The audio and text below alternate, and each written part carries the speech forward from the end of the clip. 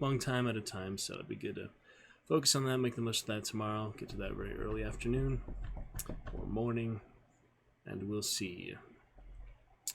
So, as I find here where we left off in Timeline, let's play the intro music, test out some voice mod as well. Silence that for one-track audio, that'll be a bit better. Voice mod available at any time in the About Me section or top of chat, little widgets there for mobile or such. You have that available, only 50 bits for 30 good seconds of voice mod activation.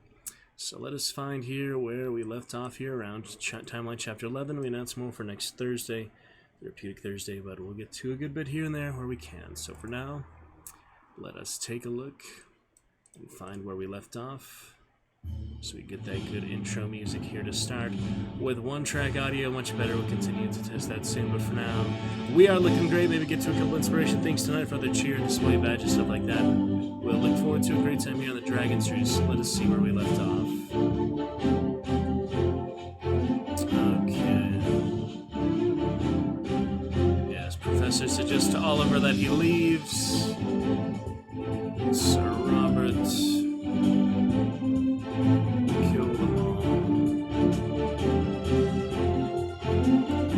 Disappeared. I think we left off at the timestamp. Pretty sure we read all this.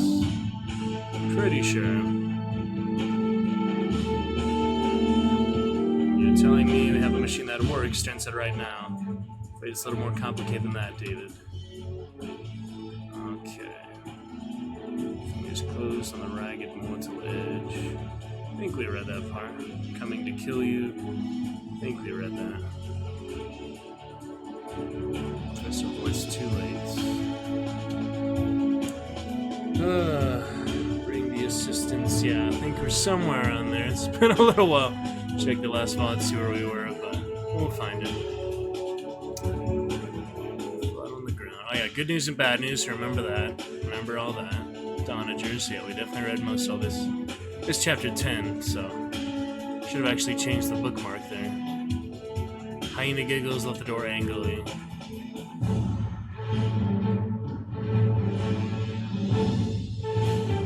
They were hiding there in the forest.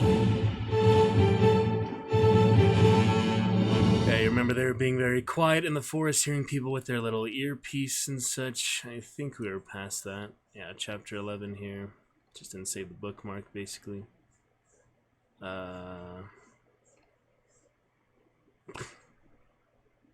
However dangerous it looks now, tomorrow morning it will be worse. I remember a bit of this. Yeah, we're getting there. Almost there. To the next part we enjoy and a fun time here. Live for the night. Discord looking good. Whole lot of fun this Friday with Timeline Wondrous Warriors. Here on July 15th, we got auditions in a week, so maybe we'll start off with some Spoon River Anthology. We did do the song yesterday. I'm going to work on that a bit off stream. We did do it on stream for singing for Willie. I like to do some other songs today too. Remember other Adversary from Crime in the City Solution, stuff like that. I sang on Zoom before, so a lot of fun options for that here and there. Okay, but a whole lot of fun. We made it. Frame drop looking good. We're almost to where we left off. She saw raindrops spatter his cheeks, but he was snoring. That does not sound familiar. But I must have read that. Maybe not. Tomorrow morning it would be worse. That seems like a pretty good place where we left off. Yeah, this is, I'm pretty sure this is where we left off. Chris looked down the hill in the gloom. He could see small bands of soldiers in the fields all the way down to the river's edge. They would have to make their way past all those soldiers. You want to go to the monastery tonight? Merrick nodded. However dangerous it looks now, he said, tomorrow morning it will be worse.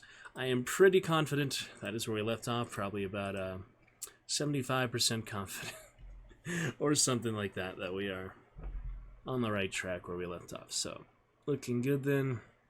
And let us begin. Look forward to chat with you soon. Some great chatters there last night. Pretty good fun. Get to some Rise here for Willie. Enjoy the song of the good fun. And pretty sure that's where we left off. Let us, since we do have the auditions in a week, break this off one more time before I start memorizing it tonight or so. He's recovering from that booster shot. Eugene Carmen, a little bit different genre here, but that is fine. Get us warmed up a bit.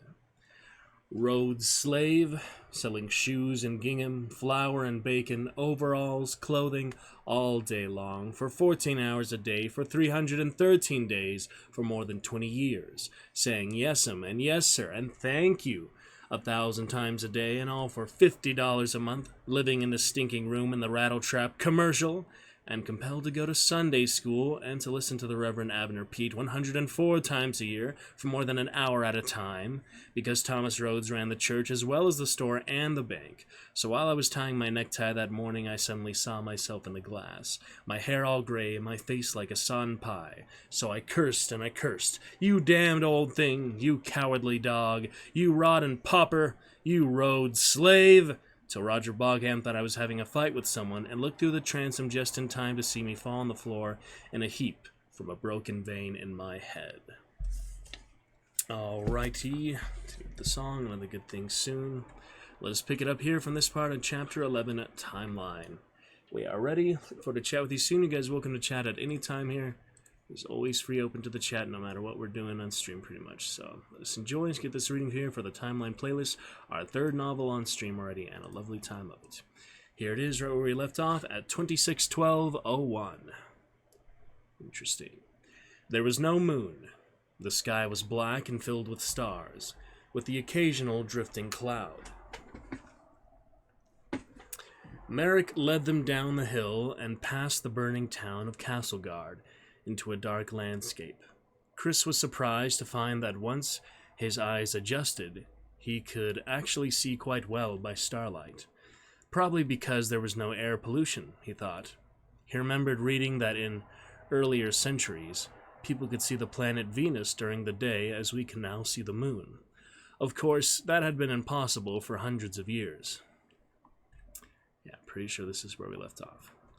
He was also surprised by the utter silence of the night. The loudest sound they heard was their feet moving through the grass and past the scrubby bushes. "We'll go to the path," Merrick whispered, then down to the river. Their progress was slow. Frequently, Merrick paused, crouching down to listen for 2 or 3 minutes before moving on.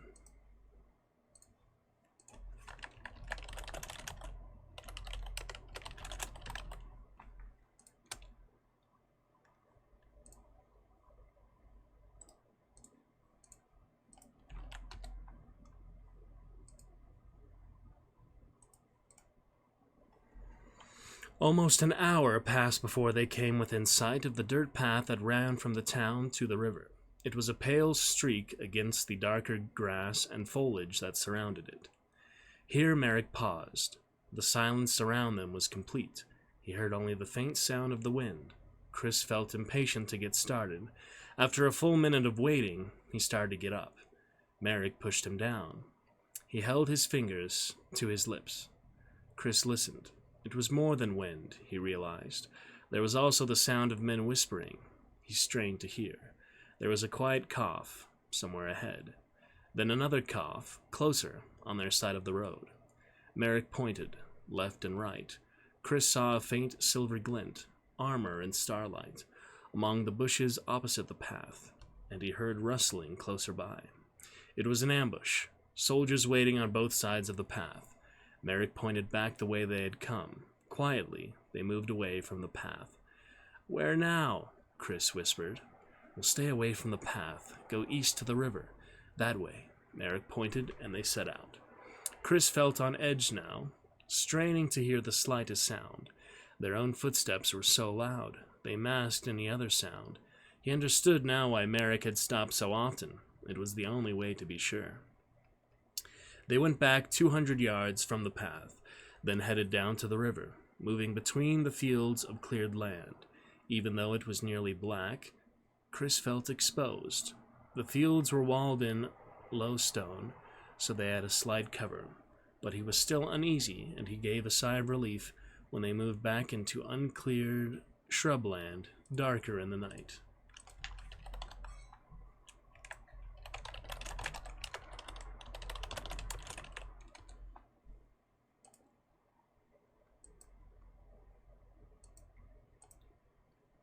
This silent, black world was entirely alien to him, yet he quickly adjusted to it. Danger lay in the tiniest movements, in sounds that were almost inaudible. Chris moved in a crouch, tense, testing each footstep before applying full weight, his head constantly turning left and right, left and right. He felt like an animal, and he thought of the way Merrick had bared his teeth before the attack in the room, like some kind of ape. He looked over at Kate and saw that she, too, was crouched and tense as she moved forward. Alright, actually we did read this part, sorry. We must be close, though. Fire gives false position. Yeah, now I remember we did read that. Maybe at the end there. Not now, go to sleep. Okay. Probably here then. Sometime after midnight it began to rain. She felt the heavy drops on her cheeks, and she got to her feet just as the downpour started. She looked around and saw a small wooden lean-to, partially burned but still standing. She crawled under it, sitting upright, again huddling together with Chris, who had joined her. Merrick came over, lay down nearby, and immediately went back to sleep. She saw raindrops spatter his cheeks, but he was snoring. That should be where we left off. I just don't remember that for some reason. It was so damn cold, not safe.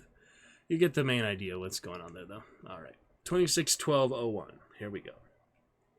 Half a dozen hot air balloons were rising above the mesas in the morning sun. It was now almost 11 o'clock. One of the balloons had a zigzag pattern, which reminded Stern of a Navajo sand painting. Yeah, this is definitely news, so we should be on the right track now. That's good. Okay. Looking fine. I'm sorry, Gordon was saying, but the answer is no. You can't go back in the prototype, David. It's just too dangerous. Why? I thought this was all so safe. Safer than a car. What's dangerous? I told you we don't have transcription errors. The error that occurs during rebuilding, Gordon said. But that's not precisely accurate. Ah. Ordinarily, it's true that we can't find any evidence of errors, but they probably occur during every trip. They're just too minor to detect. But like radiation exposure, transcription errors are cumulative. You can't see them after one trip, but after 10 or 20 trips, the signs start to be visible. Maybe you have a small seam like a scar in your skin, a small streak in your cornea, or maybe you begin to have noticeable symptoms like diabetes or circulatory problems. Once that happens, you can't go anymore because you can't afford to have the problems get worse. That means you've reached your trip limit. Yeah, that's definitely where we left off. Now I'm about 100% confident. We should be better now. Sorry, it was just little similarities the last one. It's been a little while too. And that's happened. Yes, to some lab animals and to several people. The pioneers, the ones who used this prototype machine. Stern hesitated. Where are those people now? Most of them are still here, still working for us, but they don't travel anymore. They can't. Okay, Stern said, but I'm only talking about one trip. And we haven't used our calibrated or this machine for a long time, Gordon said. It may be okay, and it may not be okay. Look, I suppose I let you go back, and after you arrive in 1357, you discover you have errors so serious you don't dare return, because you couldn't risk more accumulation. You're saying I'd have to stay back there? Yes. Stern said, has that ever happened to anybody? Gordon paused. Possibly. You mean there's somebody back there now? Possibly, Gordon said. We're not sure. But this is very important to know, Stern said, suddenly excited. You're telling me there might be somebody already back there who could help them. I don't know, Gordon said, if this particular person would help. But shouldn't we tell them? Advise them? There's no way to make contact with them. Actually, Stern said, I think there is. 16-12-23. Shivering and cold, Chris awoke before dawn. The sky was pale gray, the ground covered by thin mist. He was sitting under the lean-to, his knees pulled up to his chin, his back against the wall. Kate sat beside him, still asleep. He shifted to his body to look out, and winced with sudden pain. All his muscles were cramped and sore. His arms, his legs, his chest, everywhere. His neck hurt when he turned his head. He was surprised to find the shoulder of his tunic stiff with dried blood. Apparently, the arrow the night before had cut him enough to cause bleeding. Chris moved his arm experimentally, sucking in his breath with pain, but he decided that he was all right. He shivered in the morning damp. What he wanted now was a warm fire and something to eat. His stomach was growling. He hadn't eaten for more than 24 hours, and he was thirsty. Where were they going to find water? Could you drink water from the Dordogne, or did they need to find a spring? And where were they going to find food? He turned to ask Merrick, but Merrick wasn't there. He twisted a look around the farmhouse. Sharp pain, lots of pain, but Merrick was gone. He had just begun to get to his feet when he heard the sound of approaching footsteps. Merrick? No, he decided. He was hearing the footsteps of more than one person, and he heard the soft clink of chainmail. The footsteps came close, then stopped. He held his breath. To the right, barely 3 feet from his head, a chainmail gauntlet appeared through the open window and rested on the windowsill. The sleeve above the gauntlet was green, trimmed in black. Our newsman. "Hic nemo habitavat nuper," a male voice said. A reply came from the doorway. "Et intelligoquer specta porta habet signum rubrum, esne pestilentiae? Pestilentia, certos cisne, abimus." The hand hastily withdrew, and the footsteps hurried away. His earpiece had translated none of it, because it was turned off. He had to rely on his Latin. What was pestilentia? Probably plague. The soldiers had seen the mark on the door and had quickly moved away. Jesus, he thought. Was this a plague house? Is that why it had been burned down? Could you still catch the plague? He was wondering about this when, to his horror, a black rat scuttled out of the deep grass and away through the door. Chris shivered. Kate awoke and yawned. "What time is—" He pressed his finger to her lips and shook his head. He heard the men still moving away, their voices faint in the gray morning. Chris slid out from under the lean-to, crept to the window, and looked out cautiously. He saw at least a dozen soldiers all around them, wearing the green and black colors of Arnoux. The soldiers were methodically checking all the thatched cottages near the monastery walls. As Chris watched, he saw Merrick walking toward the soldiers. Merrick was hunched over, dragging one leg. He carried some greens in his hands. The soldiers stopped him. Merrick bowed obsequiously. His whole body seemed small, weak-looking. He showed the soldiers what was in his hand. The soldiers laughed and shoved him aside. Merrick walked on, still hunched and deferential. Kate watched Merrick walk past their burned-out farmhouse and disappear behind the monastery wall. He obviously wasn't going to come to them while the troops were still there. Chris had crawled back under the lean-to, wincing. His shoulders seemed to be hurt. There was dried blood on the fabric. She helped him unbutton his doublet, and he screwed up his face and bit his lip. Gently, she pulled aside his loose-necked linen undershirt, and she saw that the entire left side of his chest was an ugly purple, with a yellowish-black tinge at the edges. That must be where he had been hit by the lance.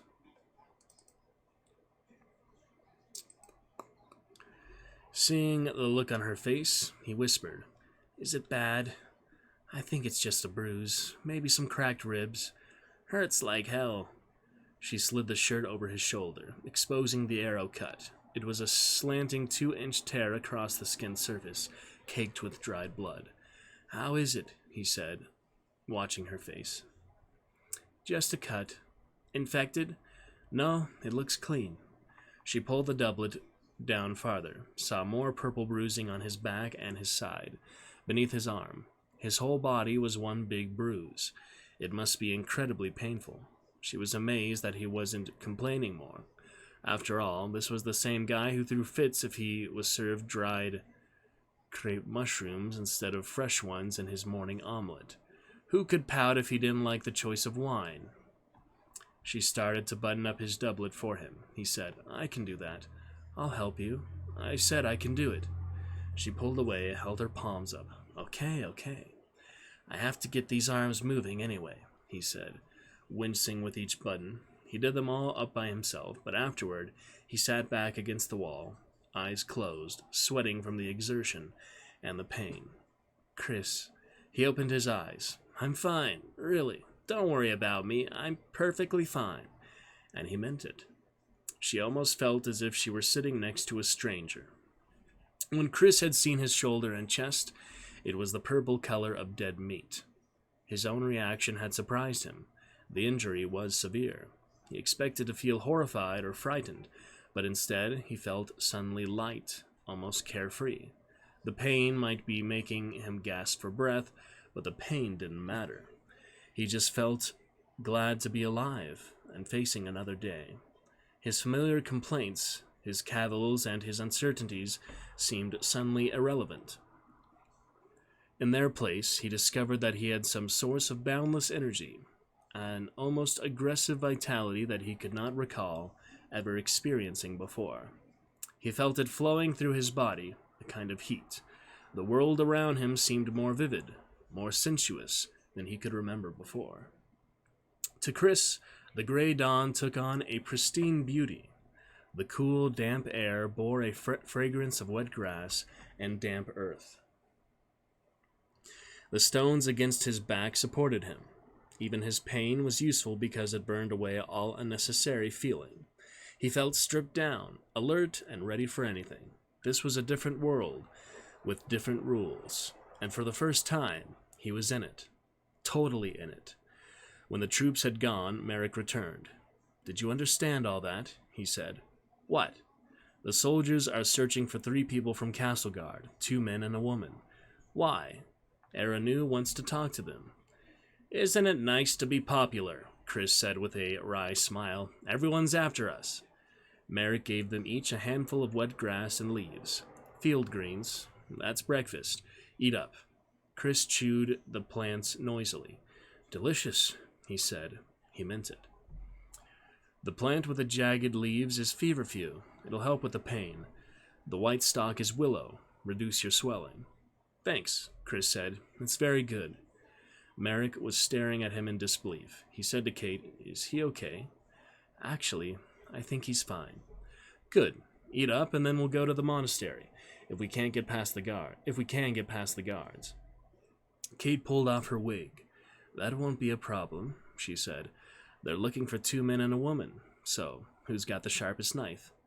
Fortunately, her hair was already short. It only took a few minutes for Merrick to cut away the longer strands to finish the job. While he worked, Chris said, I've been thinking about last night. Obviously, somebody's got an earpiece, Merrick said. Right, Chris said, and I think I know where they got it. Gomez, Merrick said. Chris nodded. That's my guess. You didn't take it from her? No, I don't think so. I didn't think to. No, I didn't think to. I'm sure another person could push it far enough into his own ear to hear it, even if it doesn't really fit him. Yes, Merrick said, but the question is, who? This is the 14th century. A pink lump that talks in little voices is witchcraft. It'd be terrifying to anyone who found it. Whoever picked it up would drop it like a hot potato and then crush it immediately, or run like mad. I know, Chris said. That's why every time I think about it, I can only see one possible answer. Merrick nodded. Those bastards didn't tell us. Tell us what? Kate said. That there's somebody else back here. Somebody from the 20th century. It's the only possible answer, Chris said. But who? Kate said. Chris had been thinking about that all morning. Dakir, he said. It's got to be Dakir. Merrick was shaking his head. Consider, Chris said. He's only been here a year, right? Nobody knows where he came from, right? He's wormed his way in with Oliver, and he hates all of us, because he knows what we might do. He knows we might do it too, right? He leads his soldiers away from the tannery, goes all the way up the street until we speak, and then he's right back on us. I'm telling you, it has to be Dakir. There's only one problem, Merrick said. Dakir speaks flawless Occitan. Well, so do you. No, I speak like a clumsy foreigner. You two listen to the translations in the earpiece. I listen to what they actually say. Dakir speaks like a native. He's completely fluent, and his accent exactly matches everybody else's. And Occitan is a dead language in the 20th century. There's no way he could be from our century and speak like that. He's got to be a native. Maybe he's a linguist. Merrick was shaking his head. It's not Dakir, he said. It's Guy Meligant. Sir Guy? No question, Merrick said. I've had my doubts about him ever since that time we were caught in the passage, remember? Why, we were almost perfectly silent in there. But he opens the door and catches us. He didn't even try to act surprised. He didn't draw his sword. Quite straightforward. Shouting the alarm, because he already knew we were there. But that's not how it happened. Sir Daniel came in, Chris said. Did he? Merrick said. I don't remember him ever coming in. Actually, Kate said, I think Chris might be right. It might be Dakir, because I was in the alley between the chapel and the castle, pretty far up the chapel wall, and Dakir was telling the soldiers to kill you, and I remember I was too far away to hear them clearly, but I did. Merrick stared at her. And then what happened? Then Dakir whispered to a soldier, and I couldn't hear what he said. Right, because he didn't have an earpiece. If he had an earpiece, you would have heard anything including whispers, but he didn't. It's Sir Guy. Who cut Gomez's head off? Sir Guy and his men. Who was most likely to go back to the body and retrieve the earpiece? Sir Guy. The other men were terrified of the flashing machine. Only Sir Guy was not afraid, because he knew what it was. He's from our century. I don't think Guy was there, Chris said, when the machine was flashing. But the clincher that it is Sir Guy, Merrick said, is that his Occitan is terrible. He sounds like a New Yorker, speaking through his nose. Well, isn't he from Middlesex? And I don't think he's well born. I get the impression he was knighted for bravery, not family. He was a good enough jouster to take you out with a first lance, Merrick said. He wasn't a good enough swordsman to kill me hand to hand. I'm telling you, it's Guy de Meligant. Well, Chris said, whoever it is, now they know we're going to the monastery. That's right, Merrick said, stepping away from Kate and looking at her hair appraisingly. So let's go. Kate touched her hair cautiously. She said, Should I be glad I don't have a mirror? Merrick nodded. Probably. Do I look like a guy? Chris and Merrick exchanged glances. Chris said, Kind of. Kind of? Yes, you do. You look like a guy. Close enough, anyway, Merrick said. They got to their feet. 15:12:09. Let us carry on here. Look forward to chat with you guys soon. Fun time for the timeline entry. And great stuff on the horizon. A lovely time of it tonight, right here, right now. Good place to be. Glad to get on nice and early for you guys here in the Roost for good stuff tomorrow. Very fun Friday here tonight. The heavy wooden door opened a crack. From the darkness inside, a shadowed face and a white cowl peered out at them. God grant you growth and increase, the monk said solemnly. God grant you health and wisdom, Merrick replied in Occitan. What is your business? We come to see Brother Marcel. The monk nodded, almost as if he had been expecting them. Certes, you may enter, the monk said. You are in good time, for he is still here. He opened the door a little wider, so they were able to pass through, one at a time. They found themselves in a small stone anteroom, very dark. They smelled a fragrant odor of roses and oranges. From within the monastery itself, they heard the soft sound of chanting. You may leave your weapons there, the monk said, pointing to the corner of the room. Good brother, I fear we cannot, Merrick said. You have nothing to fear here, he said. Disarm or depart. Merrick started to protest, then unbuckled his sword. The monk glided ahead of them down a quiet hallway. The walls were bare stone. They turned a corner and went down another hallway. The monastery was very large and maze-like. This was a Cistercian monastery. The monks wore white robes of plain cloth. The austerity of the Cistercian order stood as a deliberate reproach to the more corrupt orders of Benedictines, and Dominicans.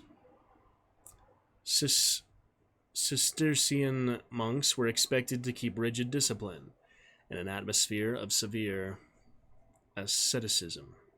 For centuries, the Cistercians did not permit any carved decoration on their plain buildings, nor any decorative illustrations to their manuscripts. Their diet consisted of vegetables, bread, and water, with no meats or sauces. Cots were hard, rooms were bare and cold.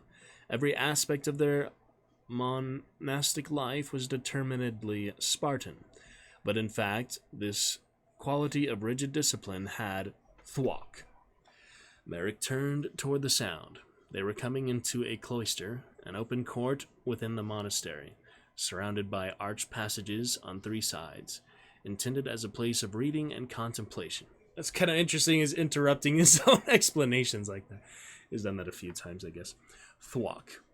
Now they heard laughter, noisy shouts of men. Thwack, thwack. As they came into the cloister, Merrick saw that the fountain and garden in the center had been removed. The ground was bare, hard-packed dirt. 4 men, sweating in linen smocks, were standing in the dirt, playing a kind of handball.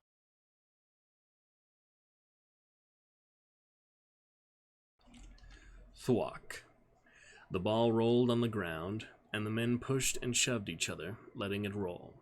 When it stopped, one man picked it up, cried, "Tenez!" and served the ball overhand, smacking it with his flat palm. The ball bounced off the side of the wall of the cloisters. The men yelled and jostled one another for position. Beneath the arches, monks and nobles shouted encouragement, clinking bags of gambling money in their hands. There was a long wooden board attached to one wall, and every time a ball hit that board, making a loud bonk, there were extra shouts of encouragement from the gamblers in the galleries. It took Merrick a moment to realize what he was looking at, the earliest form of tennis.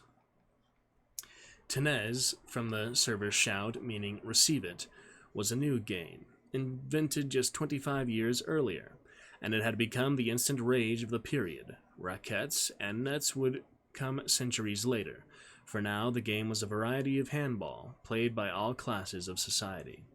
Children played in the streets. Among the nobility, the game was so popular that it provoked a trend to build new monasteries, which were abandoned unfinished once the cloisters had been constructed. Royal families worried that princes neglected their instruction as knights in favor of long hours on the tennis court, often playing by torchlight far into the night. Gambling was ubiquitous. King John II of France, now captive in England, had over the years spent a small fortune to pay his tennis debts. King John was known as John the Good, but it was said that whenever John was good at it, it was certainly not tennis. Merrick said, "Do you play here often?" "Exercise invigorates the body and sharpens the mind," the monk replied immediately. "We play in 2 cloisters here." As they passed through the cloister, Merrick noticed that several of the gamblers wore robes of green, trimmed in black. They were rough, grizzled men with the manner of bandits. Then they left the cloister behind and went up a flight of stairs.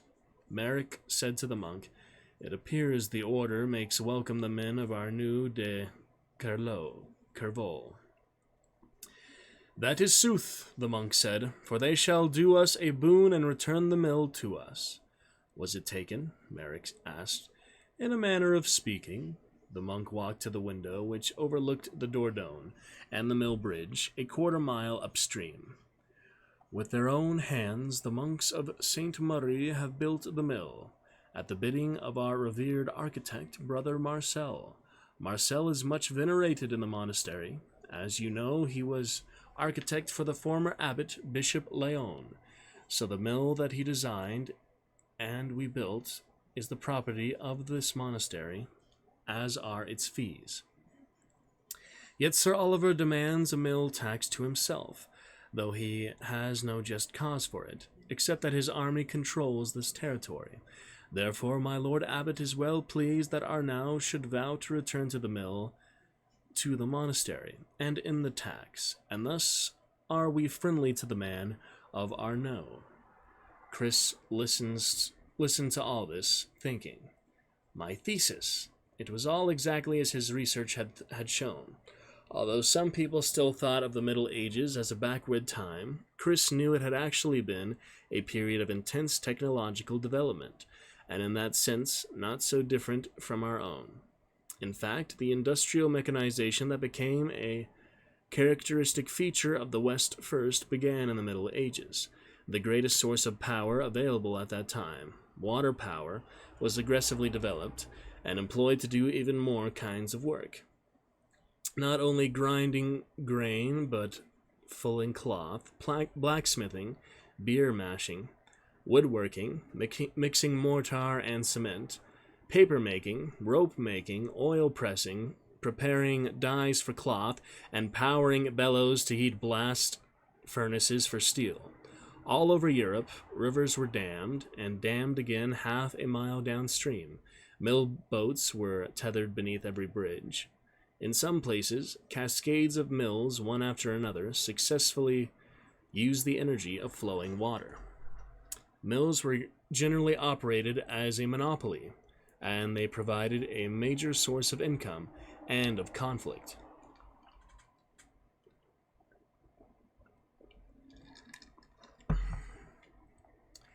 Lawsuits, murders, and battles were the constant accompaniment of mill activity. And here was an example that showed, and yet, Merrick was saying, again he's cutting off his own explanation. It's so funny. I see the mill is still in the hands of Lord Oliver, for his pennant files from the towers and his archers man the battlements. Oliver holds the mill bridge, the monk said, because the bridge is close to the road to Laroque, and whoever controls the mill controls the road. But Arnu will soon take the mill from them, and return it to you. Indeed. And what will the monastery do for Arnu in return? We will bless him, of course, the monk said, and after a moment he added, and we will pay him handsomely, too.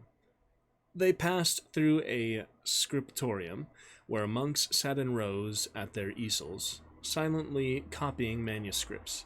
But to Merrick it looked all wrong. Instead of a meditative chant, their work was accompanied by the shouts and banging of the game in the cloister.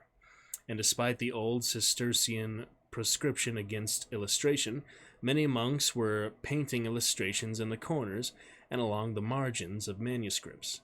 The painters sat with an array of brushes and stone dishes of different colors. Some of the illustrations were brilliantly ornate. This way, the monk said, and led them down a staircase and into a small sunlit courtyard. To one side, Merrick saw 8 soldiers in the colors of Arnu, standing in the sun. He noticed that they wore their swords. The monk led them toward a small house at the edge of the courtyard, and then through a door. They heard the trickle of running water and saw a fountain with a large basin. They heard chanted prayers in Latin in the center of the room. 2 robed monks washed a naked, pale body lying on a table. It's a good time as any for a quick stream test and to play our recent follower notification. Wanted to wait. They heard chanted prayers in Latin in the center of the room. 2 robed monks washed a naked, pale body. Make sure everything's working fine. We'll play that follower alerts in just a moment. Yeah, good delay tonight. Not much delay. That's nice. Frater Marcellus, the monk whispered, giving a slight bow. Merrick stared. It took him a moment to realize what he was seeing. Brother Marcel was dead. Remember from the game, you find Marcel, he's actually shot through the doors with arrows. You open the door and he just collapses. It's weird. Like, yeah, he was dead, but he made like a sound when he fell out of the closet. It was pretty strange, but we'll have to play that again at some point if we get the chance. I'm pretty sure it's not on Steam or anything, but we will find a way to play it eventually. Timeline. There is one on Timeline Traveler. There is actually one on Steam. Yeah, that's the old one you play like different ages. That's kind of cool. It might actually be pretty fun. I can't tell how good it is. There's 19 reviews. Well, over 2 hours later, I'm still playing. Well, that's not too bad. A middle choice between positive and negative. Difficult game to review. $20 or $12. I wouldn't buy it for full list there, but yeah, that's interesting. Human history from the Stone Age. Yeah, I do remember seeing this one for the actual title. So that's cool. Same as our Lovecraft Tales. We have the timeline. Doesn't look too fun for the style of it. I'm not really into that type of games, but take a look there. Anyway, I want to thank, as we go to the next section of the story, thank you very much to Curtis C. for the sub last night from our raid. Over to Good Entertainment, Destiny 2 streamer there. Yes, Magna Veritas, good Titan Entertainment Company. Glad to raid him, and enjoy, follow, and sub from Curtis C. Thank you very much, Curtis. Appreciate it. Look forward to chat with you soon.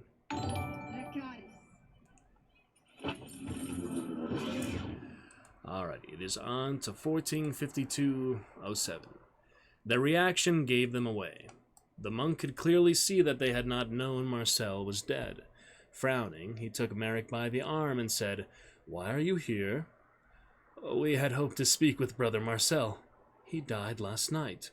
"How did he die?" Merrick said. "We do not know, but as you can see, he was old." "Our request of him was urgent," Merrick said. "Perhaps if I could see his private effects." "He had no private effects." "But surely some personal articles." "He lived very simply."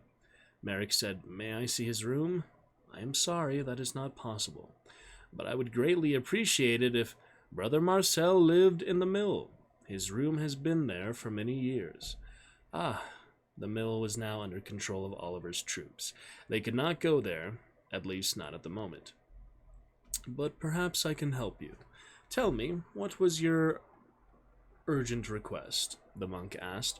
He spoke casually, but Merrick was immediately cautious. "It was a private matter," Merrick said. "I cannot speak of it." "There is nothing private here," the monk said. He was edging toward the door.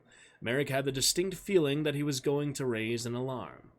"It was a request from Magister Edwardus." "Magister Edwardus!" The monk's manner completely changed. "Why did you not say so? And what are you to Magister Edwardus?" "Faith, we are his assistants." "Certes? Indeed, it is so." "Why did you not say it? Magister Edwardus is welcome here, for he was performing a service for the abbot when he was taken by Oliver." "Ah, come with me now at once," he said. "The abbot will wish to see you." "But we have—" "The abbot will wish it. Come." Back in the sunlight, Merrick noticed how many soldiers in green and black were now in the monastery courtyards, and these soldiers were not lounging. They were watchful, battle-ready. The abbot's house was small, made of ornately carved wood, and located in a far corner of the monastery.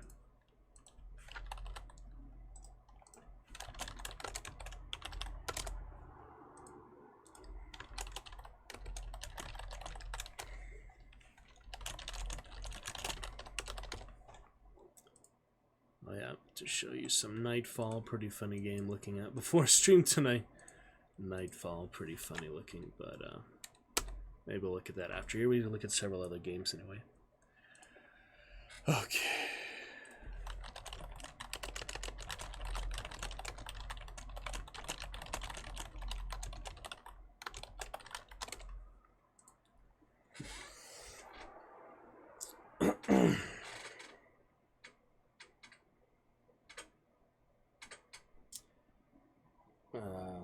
How many soldiers in green and black were now in the monastery courtyards, and these soldiers were not lounging. They were watchful, battle-ready. The abbot's house was small, made of ornately carved wood, and located in a far corner of the monastery. They were led inside to a small wooden-paneled anteroom, where an older monk, hunched and heavy as a toad, sat before a closed door. "Is my lord abbot within?" "Faith, he is advising a penitent now." From the adjacent room they heard a rhythmic creaking sound. "How long will he keep her at her prayers?" The monks... I'm sorry. I'm sorry. Oh my goodness. I'm sorry. Let me get it together here. The monk, yeah. "It may be a goodly while," the toad said. The toad. She is recidive, and her sins are oft repeated. I would you make known these worthy men to our Lord Abbot, the monk said, for they bring news of Eduardus de Johns. Be assured I shall tell him, the toad said in a bored tone. But Merrick caught the gleam of a sudden interest in the old man's eyes. Some meaning had registered. Oh my goodness.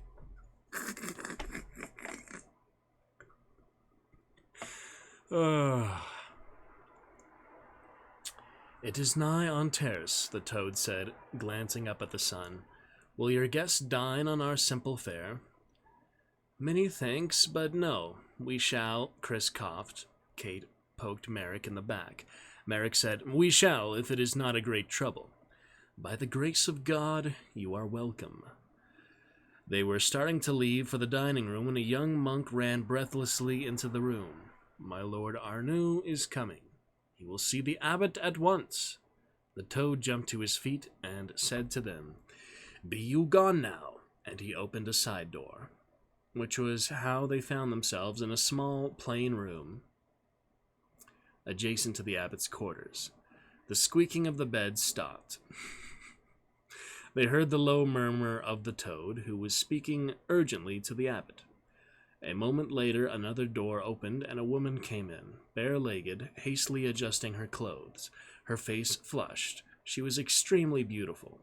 When she turned, Chris saw with astonishment that it was the Lady Claire. Claire gets around, yeah. She caught his look and said, Why stare you thus? My lady. Squire, your countenance is most unjust. How dare you judge me? I am a gentlewoman, alone in a foreign part, with no one to champion me, to protect or guide me. Yet I must make my way to Bordeaux, 80 leagues distance, and thence to England if I am to claim my husband's lands. That is my duty as a widow, and in this time of war and tumult I shall without hesitation do all that may be required to accomplish it.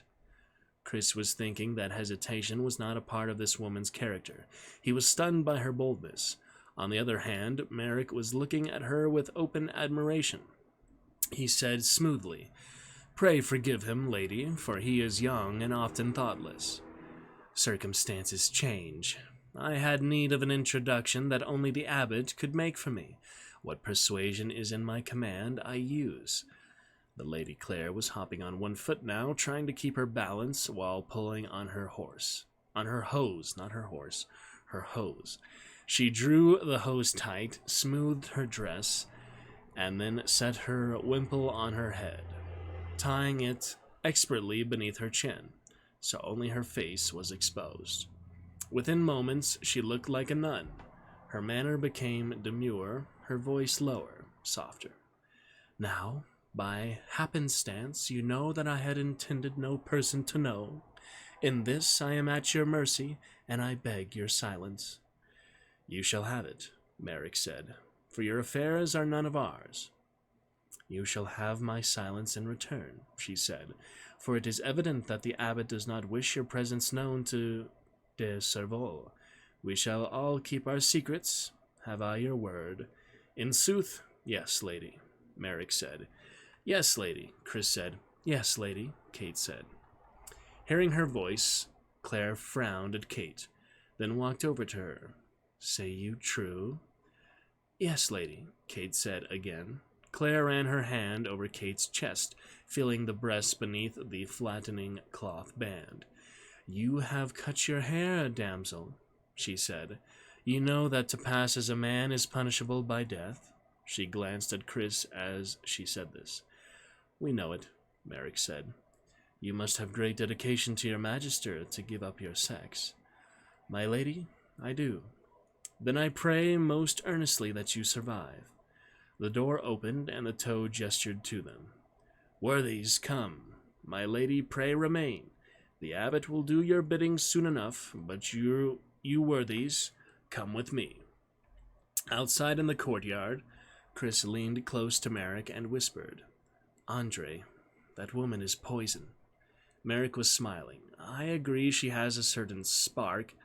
Andre, I'm telling you.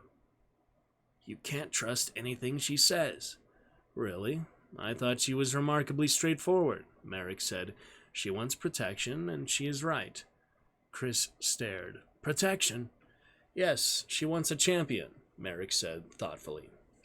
A champion? What are you talking about? We have only how many hours left? Merrick looked at his wristband. 11 hours, 10 minutes. So, what are you talking about, a champion?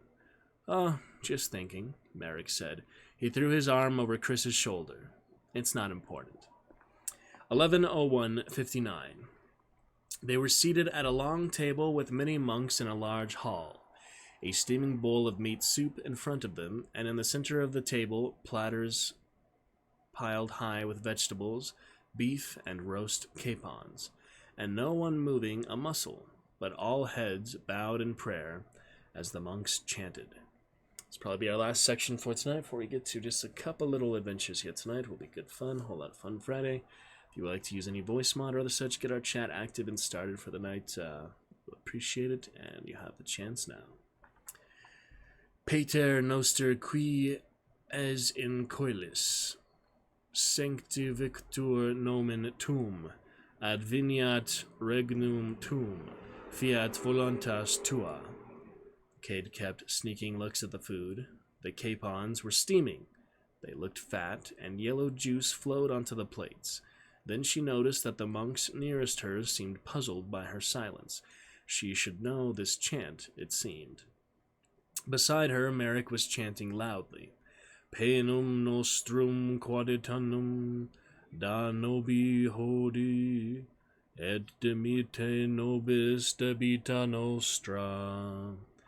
She didn't understand Latin, and she couldn't join in, so she stayed silent until the final Amen. The monks all looked up, nodded at her. She braced herself. She had been fearing this moment, because they would speak to her, and she wouldn't be able to answer back. What should she do? She looked at Merrick, who seemed perfectly relaxed. Of course he would be. He spoke the language. A monk passed a platter of beef to her, saying nothing. In fact, the entire room was silent. The food was passed without a word. There was no sound at all except for the soft clink of plates and knives. They ate in silence. She took the platter, nodding, and gave herself one large helping, then another, until she caught Merrick's disapproving glance. She handed the platter to him. From the corner of the room, a monk began to read a text in Latin, the words a kind of cadence in her ears, while she ate hungrily. She was famished. She could not remember when she had enjoyed a meal more. She glanced at Merrick, who was eating with a quiet smile on his face. She turned to her soup, which was delicious, and after a moment she glanced back at Merrick. He wasn't smiling anymore. Merrick had been keeping an eye on the entrances. There were 3 to this long rectangular room, one to his right, one to his left, and one directly opposite them, in the center of the room. Moments before, he had seen a group of soldiers in green and black gathering near the doorway to the right. They peered in, as if interested in the meal, but remained outside.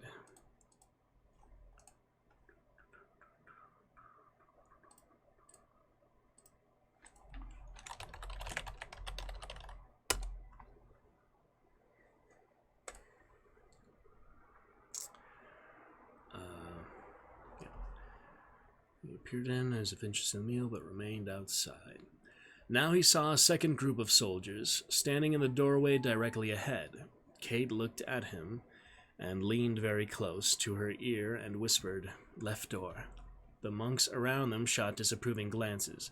Kate looked at Merrick and gave a little nod, meaning she understood.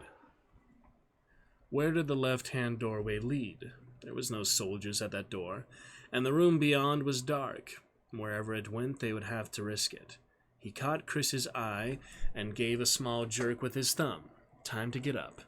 Chris nodded almost imperceptibly. Merrick pushed away his soup and started to get up, when a white-robed monk came up to him, leaned close, and whispered, "The abbot will see you now." The abbot of St. Marie was an energetic man in his early 30s, with the body of an athlete and the sharp eye of a merchant. His black robes were elegantly embroidered, and his heavy necklace was gold. The hand he extended to be kissed bore jewels on 4 fingers. He met them in a sunny courtyard and then walked side by side with Merrick, while Chris and Kate trailed behind.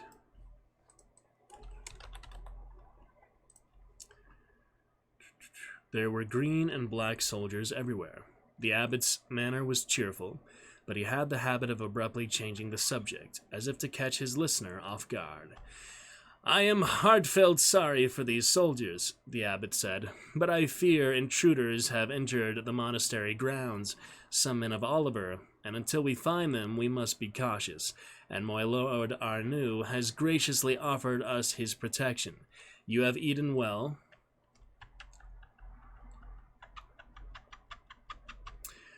"By the grace of God and your own, very well, my lord abbot." The abbot smiled pleasantly. I'm trying to remember a character I just saw recently. Who am I thinking of? Who the heck am I thinking? I have someone very familiar in my head from something I saw recently.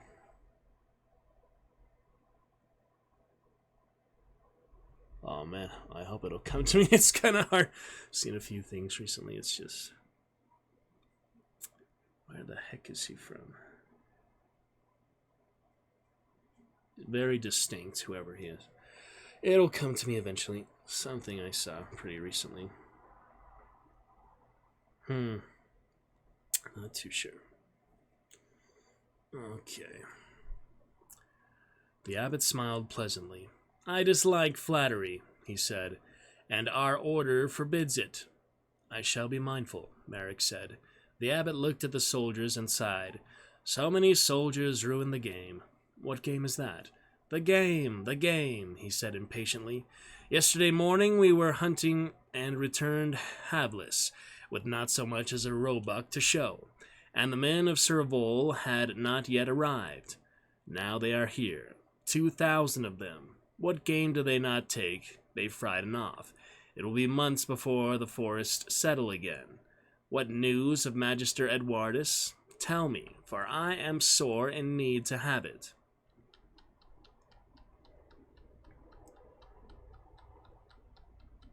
Merrick frowned. The abbot did indeed appear tense, chafing to hear, but he seemed to be expecting specific information. "My lord abbot, he is in Laroque." "Oh, with Sir Oliver?"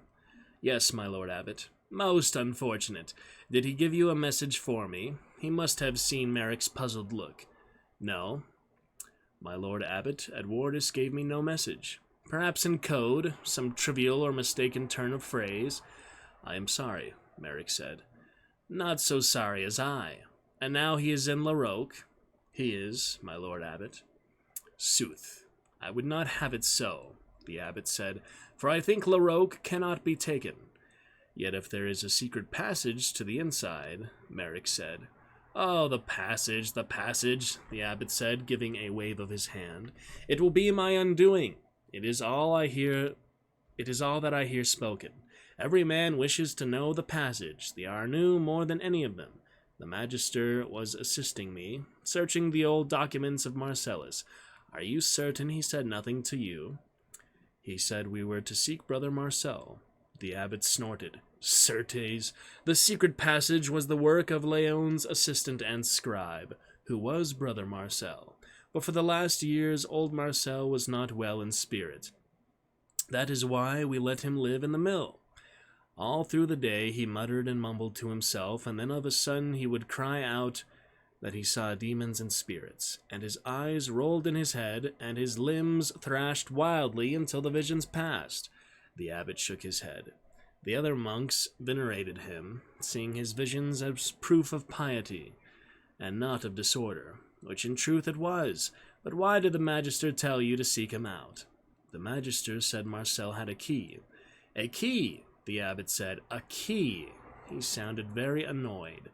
"Of course he had a key. He had many keys, and they are all to be found in the mill. But we cannot—" He stumbled forward, then stared with a shocked expression at Merrick. All around the courtyard men were shouting, pointing upward. Merrick said, "My lord abbot." The abbot spat blood and collapsed into Merrick's arms. Merrick eased him to the ground. He felt the arrow in the abbot's back even before he saw it. More arrows whistled down and thunked, quivering in the grass beside them. Well, damn, that was unexpected. Merrick looked up and saw maroon figures in the bell towers of the church, firing rapidly. An arrow ripped Merrick's hat from his head. Another tore through the sleeve of his tunic. Another arrow stuck deep in the abbot's shoulder. The next arrow struck Merrick in the thigh. He felt searing red-hot pain streak down his leg, and he lost his balance, falling back on the ground. He tried to get up, but he was dizzy, and his balance had deserted him. He fell back again as arrows whistled down all around him. On the opposite side of the courtyard, Chris and Kate ran for cover through the rain of arrows. Kate yelled and stumbled, fell to the ground, an arrow sticking in her back. Then she scrambled up, and Chris saw it had torn through her tunic beneath her armpit, but had not struck her. An arrow skinned his leg, tearing his hose, and they reached the covered passageway, where they collapsed behind one of the arches, catching their breath. Arrows clattered off the stone walls and struck the stone arches all around them. Chris said, "You okay?" She nodded, panting. "Where's Merrick?" Chris got to his feet, peered cautiously around the pillar. "Oh no," he said, and he started to run down the corridor. Merrick staggered to his feet, saw the abbot was still alive. "Forgive me," Merrick said as he lifted the abbot onto his shoulder and carried him away to the corner. The soldiers in the courtyard loosed answering volleys at the bell tower. Fewer arrows were coming down at them now. Merrick took the abbot behind the arches of the covered passageway and placed him on his side on the ground. The abbot pulled the arrow out of his own shoulder and threw it aside. The effort left him gasping. "My back! Back!" Merrick turned him over gently. The shaft in his back pulsed with each heartbeat. "My lord, do you wish me to pull it?" "No!" The abbot flung a desperate arm over Merrick's neck, pulling him close. "Not yet. A priest! Priest!" His eyes rolled. A priest was running toward them. "He comes now, my lord abbot." The abbot appeared relieved by this, but he still held Merrick in a strong grip. His voice was low, almost a whisper. "The key to Laroque." "Yes, my lord." "Room." Merrick waited. "What room, my lord? What room?" "Arnu," the abbot said, shaking his head as if to clear it. "Arnu will be angry." "Room." And he released his grip. Merrick pulled the arrow from his back and helped him to lie on the floor. "Every time he would told no one, so Arnu." He closed his eyes. The monk between them, speaking quickly in Latin, removed the abbot's slippers, placed a bottle of oil on the ground. He began to administer the last rites. Leaning against one of the cloister pillars, Merrick pulled the arrow out of his thigh. It had struck him glancingly and was not deep as he had thought. There was only an inch of blood on the shaft. He dropped the arrow on the ground as Chris and Kate came up. They looked at his leg and at the arrow. He was bleeding. Kate pulled up her doublet and tore a strip from the bottom of her linen undershirt with her dagger. She tied it around Merrick's thigh as an impromptu bandage. Merrick said, "It's not that bad." "Then it won't hurt you to have it," she said. "Can you walk?" "Of course I can walk," Merrick said. "You're pale." "I'm fine," he said, and moved away from the pillar, looking into the courtyard.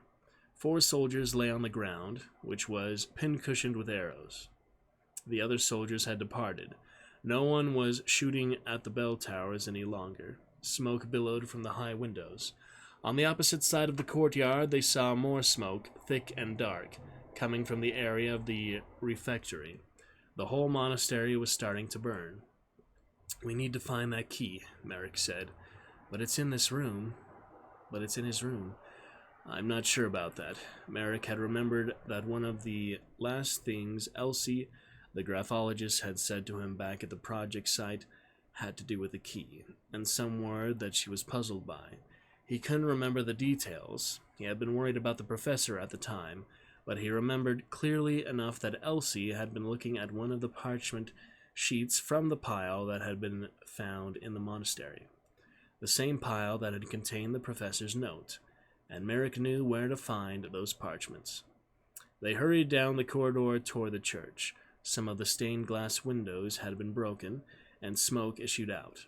From the interior they heard men shouting, and a moment later a party of soldiers burst through the doors.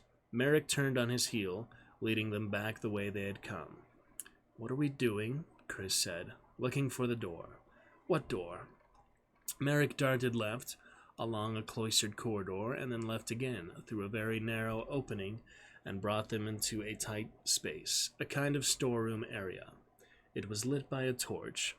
There was a wooden trapdoor in the floor. He flung it open, and they saw steps going down into darkness. He grabbed a torch, and they all went down the steps. Chris was last, closing the trapdoor behind them. He descended the stairs into a dank, dark chamber. The torch sputtered in the cool air. By its flickering light, they saw huge casks, 6 feet in diameter, running along the wall. They were in a wine cellar. "You know the soldiers will find this place soon enough," Merrick said. He led them through several rooms of casks, moving without hesitation. Following him, Kate said, "Do you know where you're going?" "Don't you?" he said. But she didn't. She and Chris stayed close behind Merrick, wanting to be in the comforting circle of light from the torch.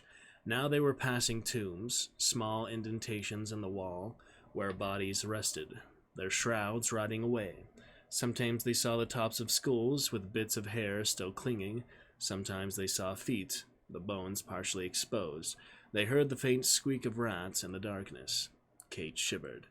Merrick continued on until at last he stopped abruptly in a chamber that was nearly empty. "Why are we stopping?" she said. "Don't you know?" Merrick said. She looked around and realized that she was in the same underground chamber she had crawled into several days before. There was the same sarcophagus of a knight, now with the lid on the coffin.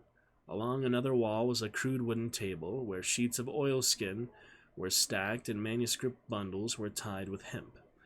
To one side was a low stone wall on which stood a single manuscript bundle, and the glint of the lens from the professor's eyeglasses. "He must have lost it yesterday," Kate said. "The soldiers must have captured him down here." "Probably." She watched as Merrick started going through the bundled sheets one after another. He quickly found the professor's message, then turned back to the preceding sheet. He frowned, peering at it in the torchlight.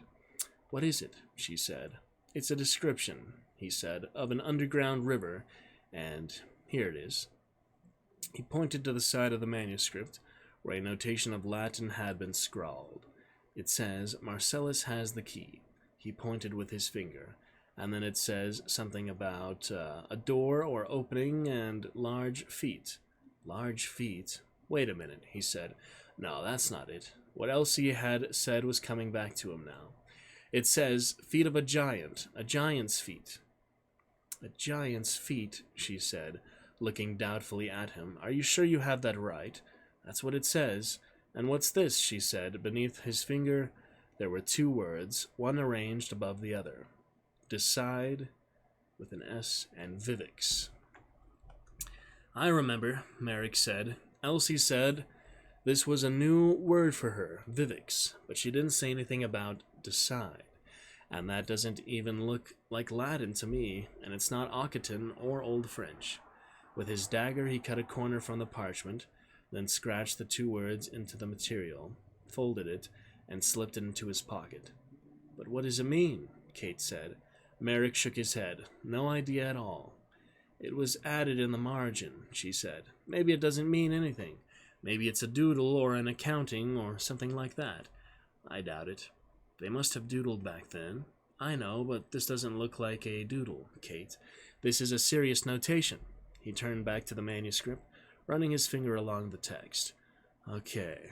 It says here that transitus occultus incipit, the passage starts, proper ad capellum viridum saeve capellum mortis.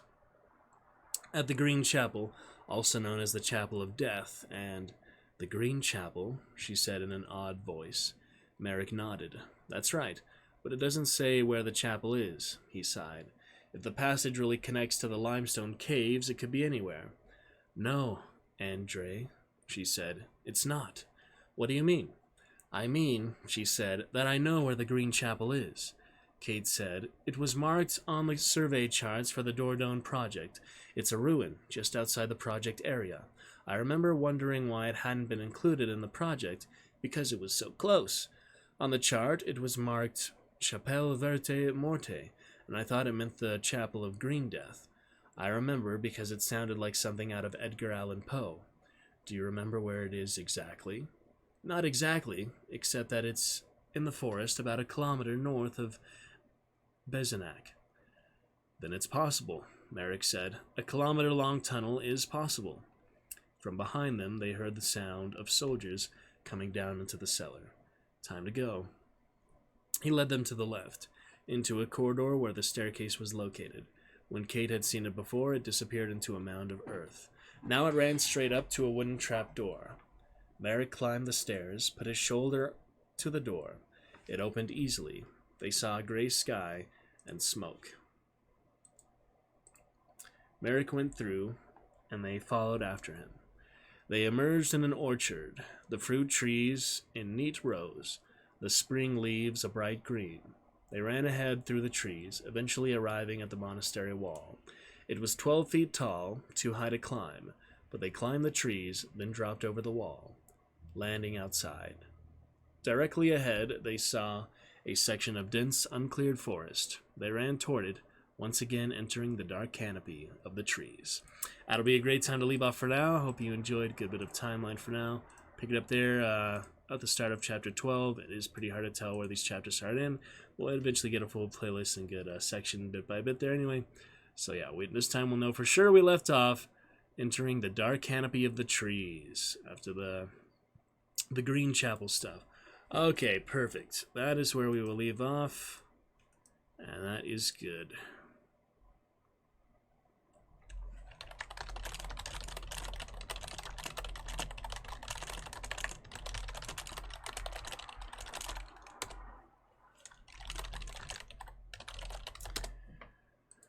Looking good, looking great. Very fun and great times. Alright, so a couple things here to look at.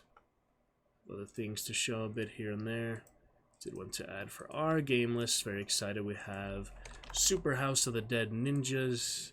That'll be a fun one to install, play a bit. I haven't played since 2018. That will be fun. I was also playing another ninja game. It was called something. Oh, I didn't even know I had this one. That's free. That's weird. Let's see what else though. What was the other one called I was playing? It was pretty interesting. This other ninja like side scroller one. I beat like the main part of it, then it was going to more like expanding parts. Yeah, the Messenger, that's it. It was pretty fun. Played it in 2020 before the stream started, but had a good time with that, so it might be worth another try here and there. Play at a fair shake a little bit more until we give up on it. We just can't find where to go at the basically the epilogue of it. I made like the main story in 9 hours, but we'll check that out. Okay, and then we have the good time with a few other ones here and there, but yeah, just thinking of those for now.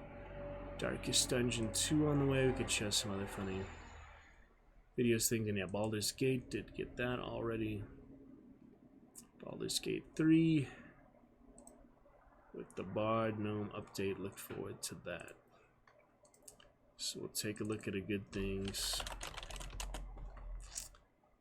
here and there, but for now we'll be moving on. More great times ahead. Excellent. Yeah, we'll get to all these good things. Valor and lore. Next time someone quotes you from famous old adage, sticks and stones may break my bones, but words will never hurt me. Grab hold of their lapel and ask, but what? What is it saying here? But what? What about, yeah, the Bard Lutsan says, But what if those words were spoken by a bard? Interesting. Yeah, we will have to check that out. For a Hellfire Club with a funny looking gnomes. Pretty good stuff. They continue to improve it, get ready for the full release. I don't know. Seems like they should be working on that pretty heavy, but get that Hellfire Club a bit more fun over there. We'll be back to hunt here Sunday too. Looking for that. The next event looks like coming out. Let's talk about the moon for there. Next up here tonight, we do have Rise for Willie Flynn. Channel Redemption there last night. We might finish off with that tonight if we don't have much time further. Adventures Rise, first time since May of last year. We played it a good bit before, but now finally. Return out of the glider mode and other Steam Cloud stuff was saved. I really hope so. But we shall see. For now, looking pretty good. Most of that. Oh, it's Ferguson. Yeah, I just read our channel. I'm chatting with him on Steam, so that's why he knows to come. Yeah, he knows. Most people know. Yeah, you can always check if we're live, Ferguson, most evenings. Welcome back. Nice to see you, though. Thank you for starting for chat there after a good chapter of Timeline. How are you, Mr. Ferguson? Some fun rounds last night. Added you to those hunt group chats on Discord. Thank you for starting off our chat for the evening, though. We just read a good chapter 11 a bit of Timeline. And we had a good time of that, so we'll get to a little bit more here. Other things. Doing good, your fellow Black Dragon. Look what you got there, Ferguson. Very exciting times. You start of our chat here at the hour 22 mark. It is a beautiful sight. And in any case there, friend, thank you for popping on in. A great time. Best place to be. One of the absolute best streams on Twitch, and a great place to be in general. Thank you, Ferguson. I appreciate that, man. I'm going to chat with you a bit. Get ready for our more hunt on Sunday. Yeah, it looks like the next event coming soon. We'll look forward to that. I was going to get to some Rise right now for the end of a stream today. We're going to get some more stuff soon, but Sunday for sure. To Memorial for Friend tomorrow. Go to that from Art Show that was canceled like 2 days before. 2 days after COVID started, so look forward to checking that out tomorrow. I'll be there for most of the day.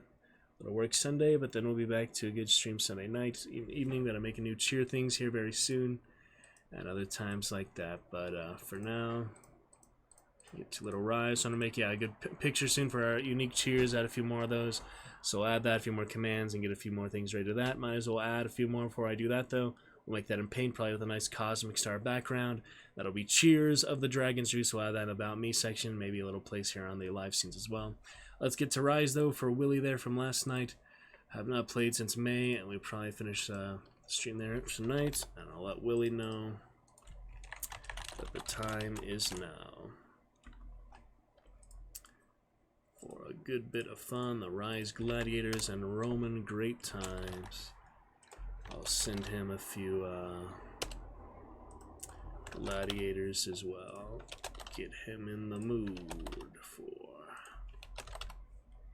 some Rise, Son of Rome gladiator action. We got all our emotes here, the actual gladiators. So let us launch it the first time since May 2021. Switch over that game. Willie, you made it perfect so quick, just like that, huh? Great times there, Willie. Well, hear from your channel Redemption last night. We are getting it to here right now. Right here. It's also from Crytek, so you enjoy a lot of hunt usually. But here it is. So we have the campaign. We left off a little bit.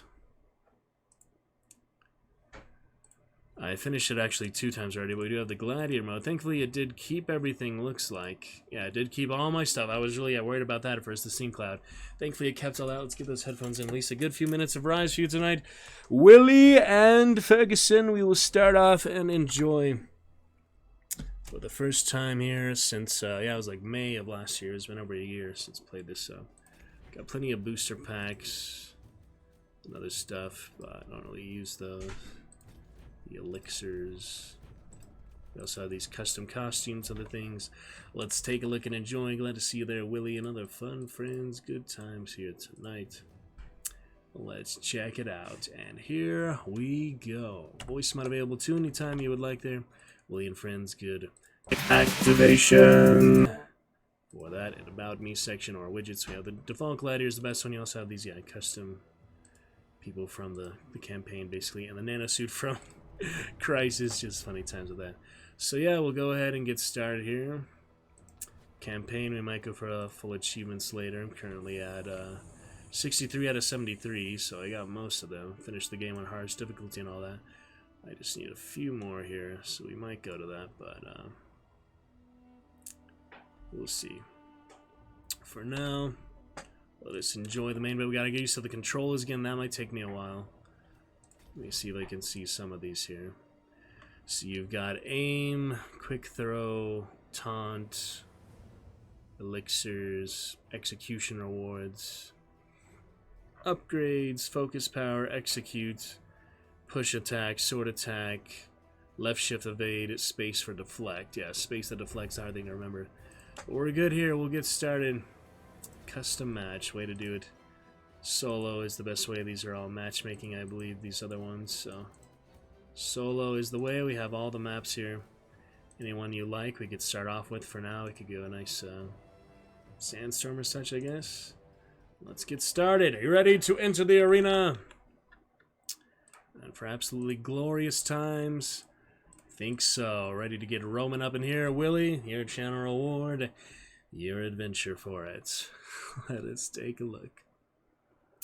It's gonna be a good time. Great to see your gray dragon there. Start for chat here at the hour-and-a-half mark. We read a good chapter of Timeline so far tonight. You guys having a fun Friday evening before I get to a memorial such tomorrow? How are you guys? Ferguson, Willie, covering from that booster shot still. We're almost better. Better for memorial tomorrow. The friendly code and such. So good and resistant. Hopefully, we'll keep it safe and strong. Lovely to see you. Look at a couple other games added to the list to play later. Superhouse of the Dead Ninjas, The Messenger. We will get to several good things soon to come. But for now, guys, lovely to have you back. Let's get started for some Gladiator action. See if we remember how to play. Takes a little while to get reacquainted the controls. These third-person Roman action. So we shall see. Here we go. Played Rise since your first Xbox One 2014. Yeah, a few years, huh? 10-year anniversary coming soon. That's crazy. Alright, do you like the Fires of War from Mars? Let's get started with that. God patron there. Ferguson, Willie. Here we go. Get that Gladiator up and forward. Oh yeah, there he is. Gladiator mode is pretty fun. You can play it co-op too, so it's a good time. We just have to remember how to play. I got the evade, got the dodge, the counter attack. I have to do the combos, the left and right attack, the heavy attack, the kick, the special ability, the taunt. So you keep your score multiplier up. For this first couple rounds, we're just kind of get reacquainted here in the sandstorm.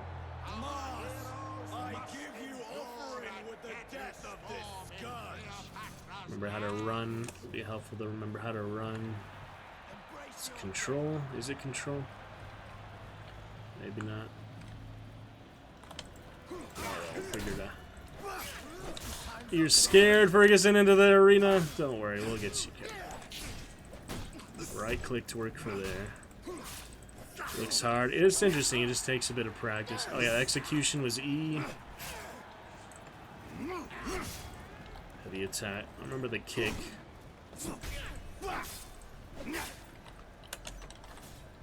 That was the quick execution. Didn't have much chance for that. Once you eventually get used to it again, it's much easier, but it takes a little while to get into the zone. Move quickly again.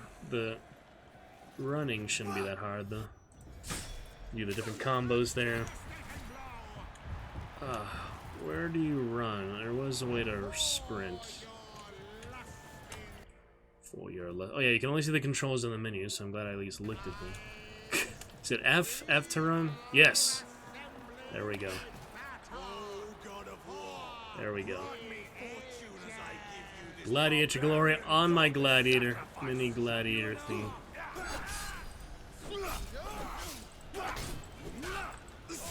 Remember, is it right click for the counter sometimes? The hits there. Yeah, is it space to deflect? Looks like brutality. Yep, pretty much. Ow. Is it right click to counter? Oh, I keep forgetting that. think you have to be aiming at it or something. Alright, space. Space is the counter when they try to hit you. Now we have the double kill.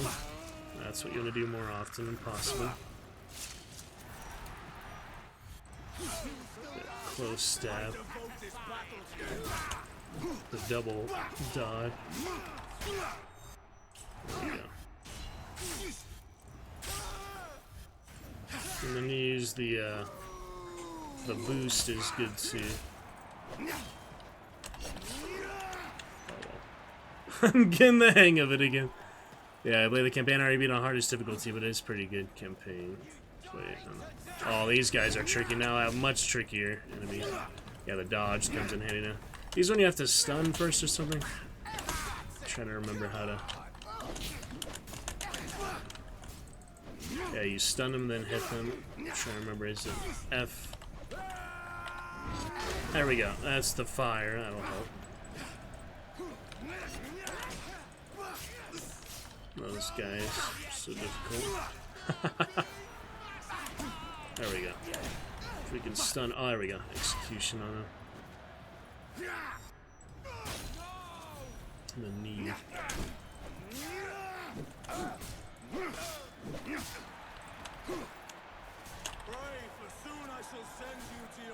Capture the objective and defend it. That's what we gotta do right now. There you go. Alrighty. Takes a little getting hang of again. Oh yeah, I got the Mojo Rage Mask thing. I forget what that does. The fire is nice to have. Oh, archers deal with the. Might have a javelin. Do I have any javelin?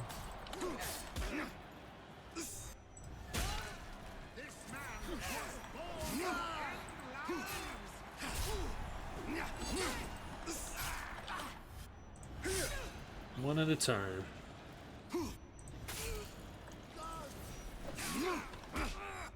Good nostalgia, eh, Willie? Pretty much. Perfect chain, that's always good. Get the hang of it again. It's been a while.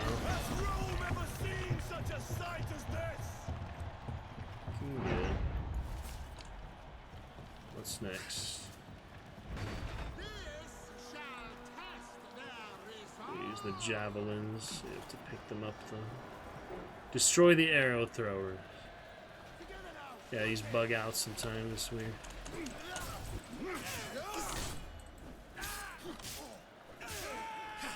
You're gonna hit at their exact moment for maximum combo.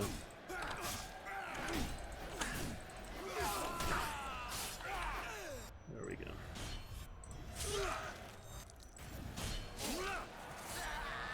Get away from the arrows. No.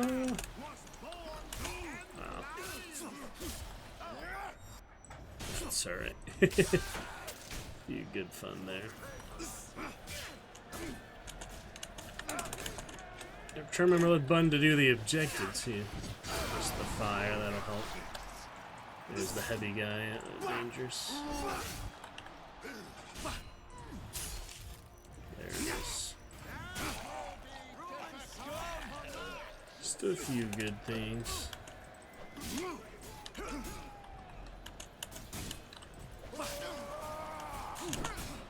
How do you just hit them with a shield? I keep forgetting these basic things. How do you do this? Ugh. Weird. Alright, there's a way you do this. You hit the button. I know you hit the button. Just how? How do you hit them with a shield? I also forgot. There's very unique controls. You don't have them in many games like this. One of the buttons here.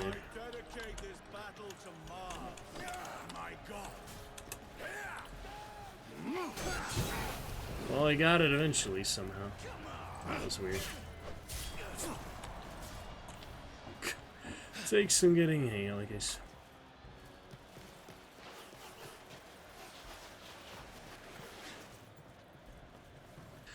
Alright.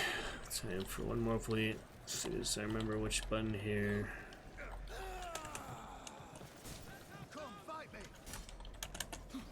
That's why I like Qs. I get used to Qs, games like this.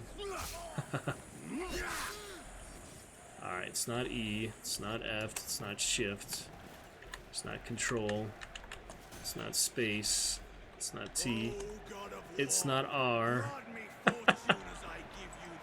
It's right click, there you go, right click. I just wasn't thinking of that.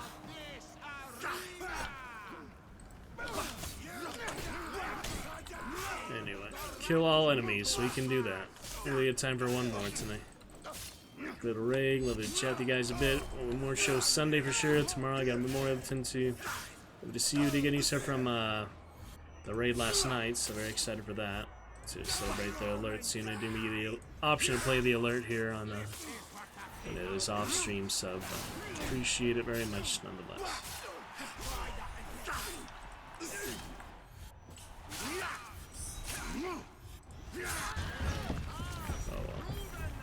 Good mix of category, mix of efficiency.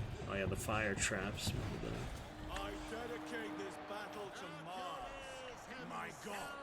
Enrage them. Don't really need the elixirs. Barbarian leaders. Oh yeah, those are the tougher ones for sure. Yeah. Tonight you will tell your children of my amazing deeds. How do you stun him? I can't remember how to stun it. Is right click? It is right click. Ow. That'll kill me pretty quick though. I can't let them do that. Oh, God. Yeah, those are the tough ones. You can die from them before you realize it. Oh, quick execution. Damn it. I need some elixirs after all, I guess. Oh. Desert Storms. Yeah, that was a tough one. At the end, almost got him. Almost got me there. Oh, good enough, though. Alright. A little bit of fun there. We'll do Jupiter next, perhaps. Grade your Gladiator. Booster packs. We'll do that eventually. Okay. Next one, we could do quick little Revolution Jupiter.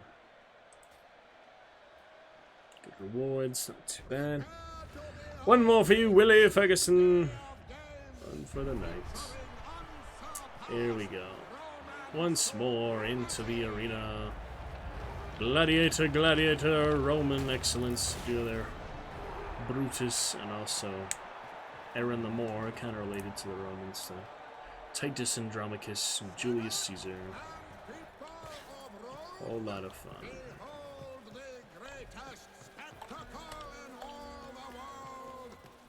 Run around there.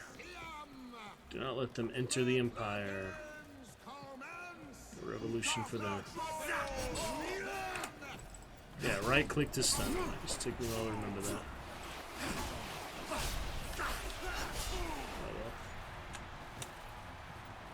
The leader. All those guys. Really need the elixir.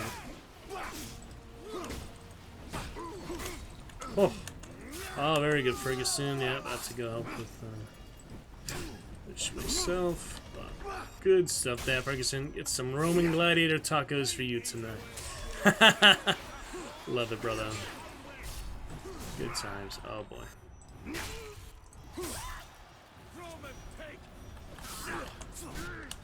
Roman King.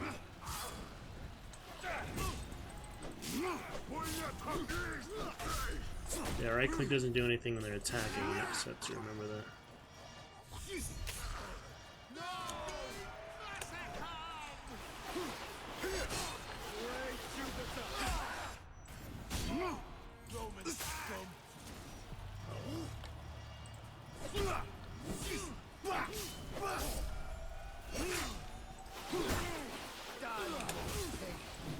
That didn't work. There we go. The annoying arrow markers. That Sorry. Brave, for soon I shall send you to your gods. Here's the focus. Gotta be entertaining, charismatic, you know. Love of the crowd. That is definitely a main aspect of Gladiator.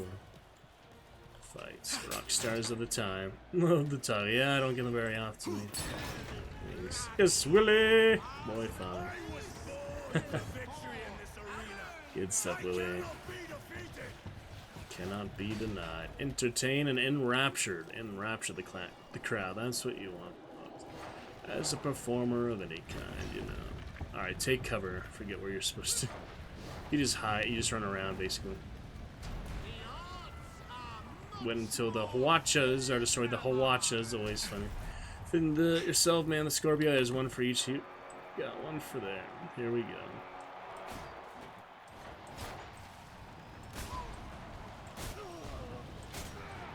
Time up the Scorpio Ballista. You see enough aim too. Absolutely. They get past you, they'll climb up on the tower and attack you, but easy enough to deal with. Oh, gee. Lions from the lambs, lions for limes.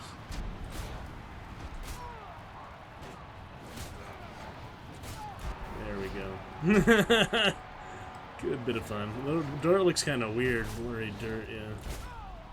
All the debris, I guess. They don't stand a chance against that siege weapon. Whew. Yeah. Now you go over there. Keep the combo up. Reach the construction sites. I don't really think about doing a combo meter when I shoot them from so far away. Oh well.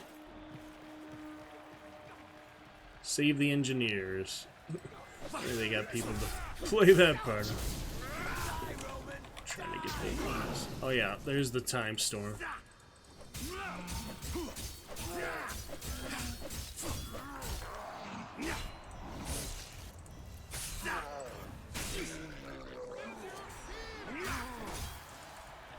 You can also hit them with that.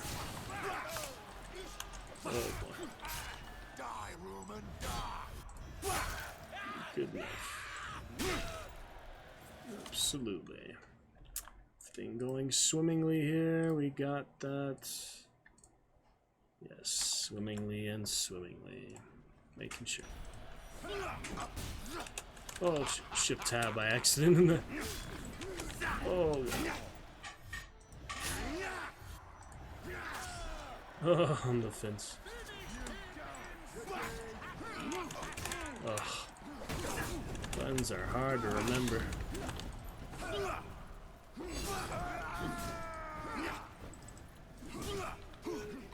Might as well, yeah, get that in.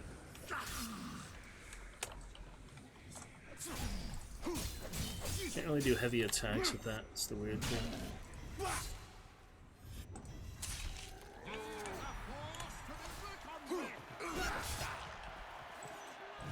Stunning. Ugh. Gotta remember the sequences. Hard. That's alright. How can I let these guys go? There it is. Engineers. To be safe. You can't go through here. You have to go all the way up and around. Weird part there. Okay. How I always get lost. Remember, I do always get lost in this part.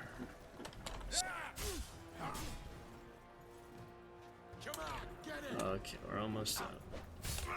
Got to find the way.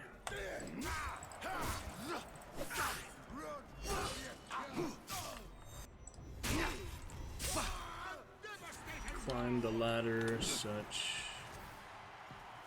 Repel the barbarian. It's not saying to leave yet. Yeah. Maybe it opens the bridge later, something like that.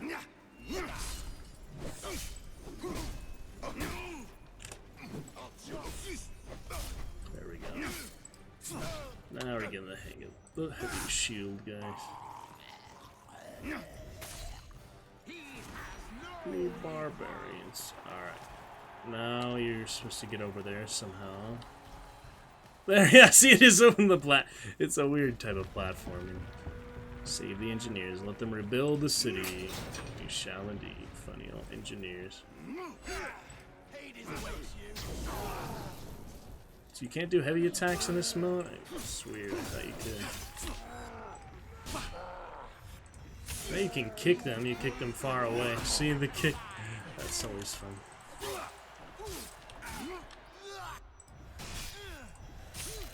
Good time of it.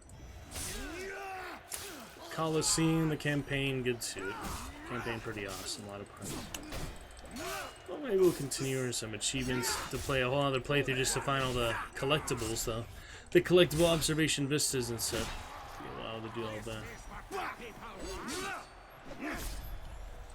Great stuff.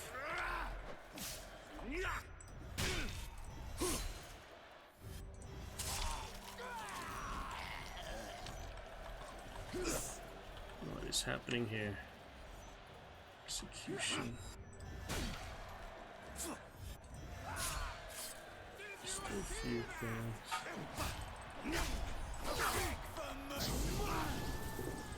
Still a few there.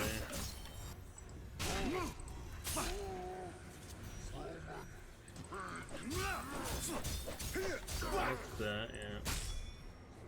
Quickly enough. Come your reaction times. Bend knee and kiss feet, you hog lover. Roman vulgarity. Back to the center lot for the big finale, that's right.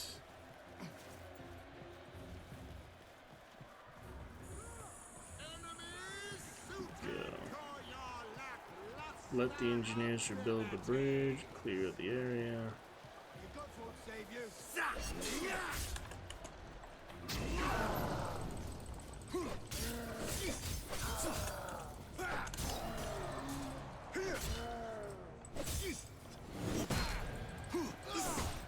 That's a weird blessing, all that stuff.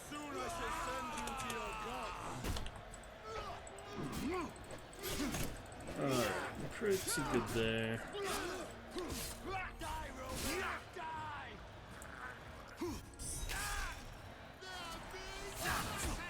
Good bit of bits. You will pay for that.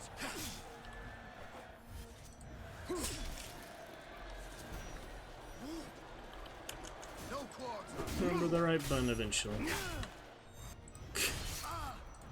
Ridiculous.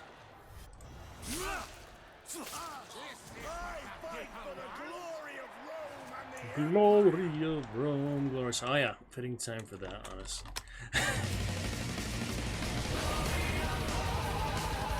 Yes. Champion commands.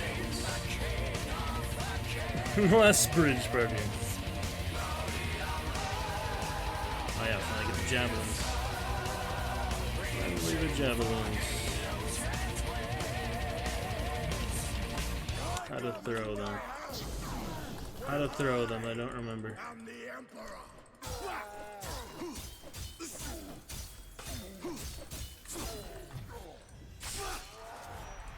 Shift, I think? No. It's F. Ugh. It's nice to have when you know how to do them. I just, yeah, I cannot recall.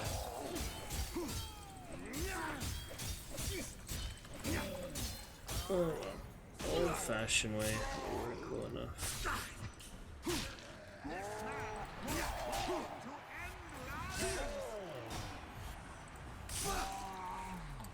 Is it T, maybe?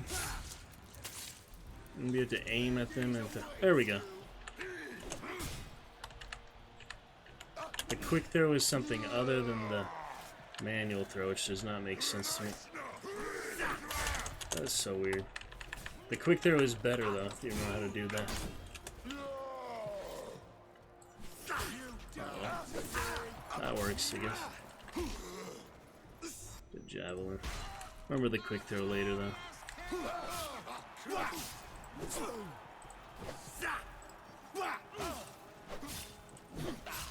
Nearly there. Basic fun maneuvers. Okay. God of Sky, prepare to receive sacrifice. Just about there. Goes on and on. Reach the new empire, witness the revolution. There it is.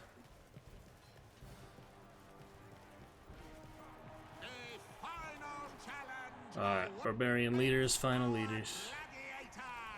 Yes. They just have fire axes and shit. Yeah, tougher than average, but still dangerous.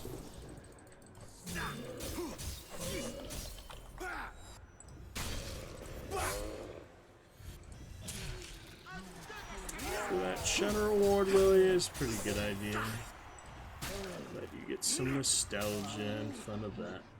Played it years ago. And boost there.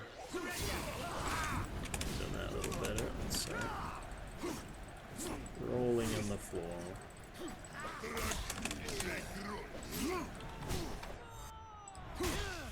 The flaming axes, pretty dangerous.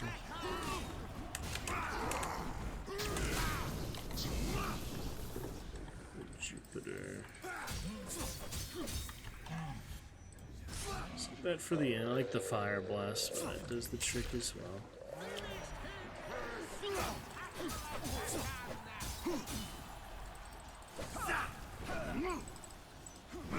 Down the area, tricky guy.